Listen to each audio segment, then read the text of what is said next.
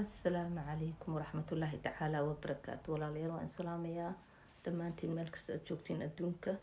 waxaan idin leeyahay cimri dheer iyo cibaado sano suuban, caafimaad sareecan, irsaaqad waasaca. ilaahay meel walba aan ka tawalina ha naga tiiriyo. ilaahay cimri dheer iyo cibaado sano suuban hana siiyo iyo caafimaad sareecan, irsaaqad waasaca. walaalyaal waxaan rabaa maanta inaan wax yar ka dhaho. qalbigayga waxaad moodaa markuu waxyaabaha qaarkood arko inuusan qaadan karin.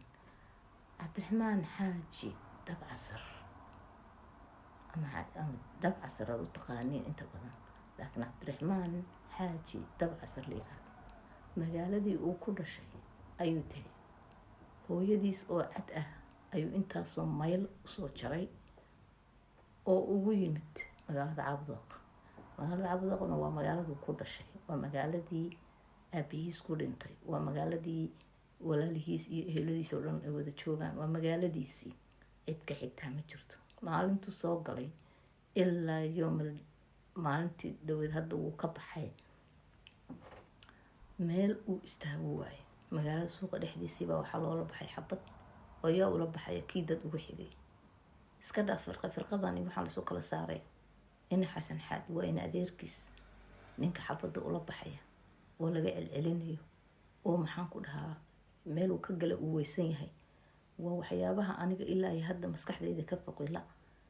waxaa kaloo kasii daran taa markay soo dhammaatay oo ninkii siday doontaba ha ahaatee la qabtoo la xiro xabsiga la geeyey, asagii ayaa gurigii hooyadiisoo cadowbu ilaan ugu yimid oo tacbaana, iyadoo saas uu dhabta ugu hayo ayaa gurigii haddana lagu soo weeraray.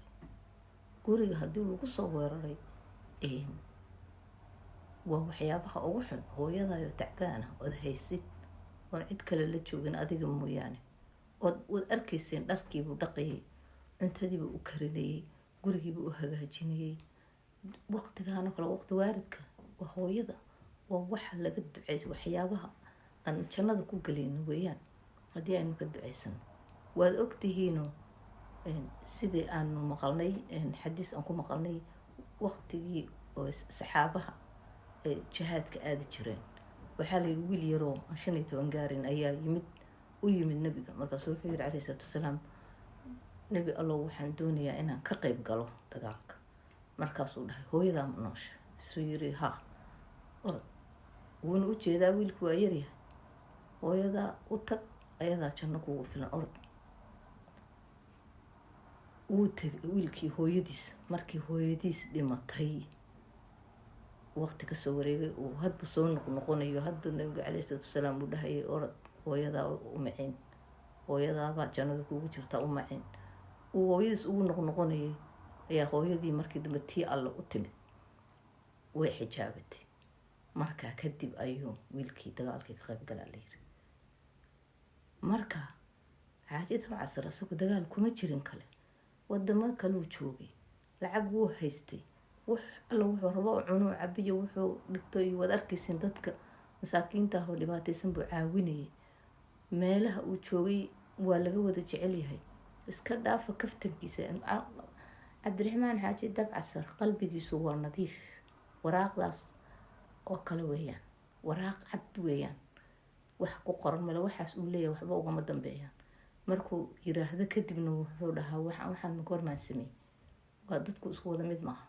mideeda kale waxaad ogaataan wadamadan qurbaha waa lagu waalanaya, waxay kugu ridayaan stress.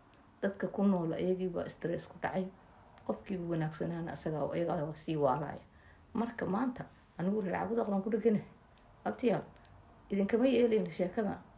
cabdiraxmaan xaaji dabcasar waa inaad raaligelin ka bixisaan waxa aad ku samayseen.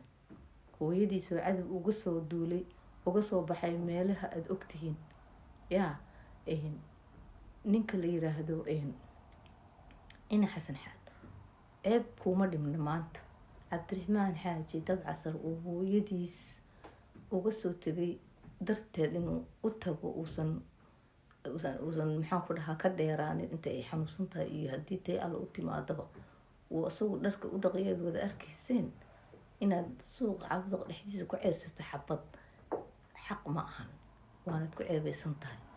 marka adeer waxaan ku leeyahay dulmiga aad gashay iyo maxaan ku dhahaa dhibaatada aad ku samaysay ninka la yiraahdo cabdiraxmaan xaaji dabcasar iyo hooyadiisba waxaan ku leeyahay waa ina raaligelin ka bixisaa, xaal ka bixisaa.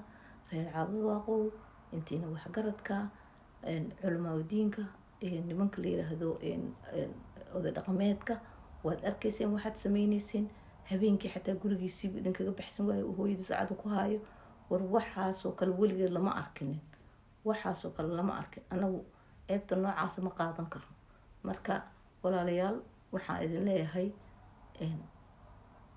qof alla qofkii maaragtay dulmiga lagu sameeyey ninka la yiraahdo cabdiraxmaan xaaji dabcasar ka gilgilan kara ha ka gilgisho. oo reer caabud waaqa banaan ha joogo, wadankii ha joogo, meesha doona ha joogo. waa khalad. dadkii waxaas ku sameeyeyna waa in sharciga lala tigsadaa.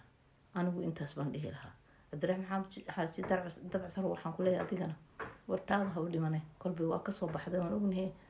ha ku noqonin ilaa ay hooyadaana kasoo kaxayso, meel kaloo nabada keenso, galmudugta kala geesaheeda kala geyso, gaalkacyo geyso, garoowe gee, boosaaso gee, meel nabadahood ugu tegi kartona cidina wax kugu yeelayna oo dadkaagii aad u tegaysid. kuwaanba iyagu dadkuugu xiri waa kuwaasas ku geliya. kuwaanba waa dadkaagii. imow kaalayo imow nimanka la yidhahdo reer garoowe imow, qardho imow, boosaaso imow, meelaha nabada ahee dadku ay kala dambeynayaan imow. bikaas caawada qasaan u jeedo labadan beri waa soo waalan rabtaa, ma garanayo waxa ku dhacay. ducay u baahan tahay. asalaamu calaykum.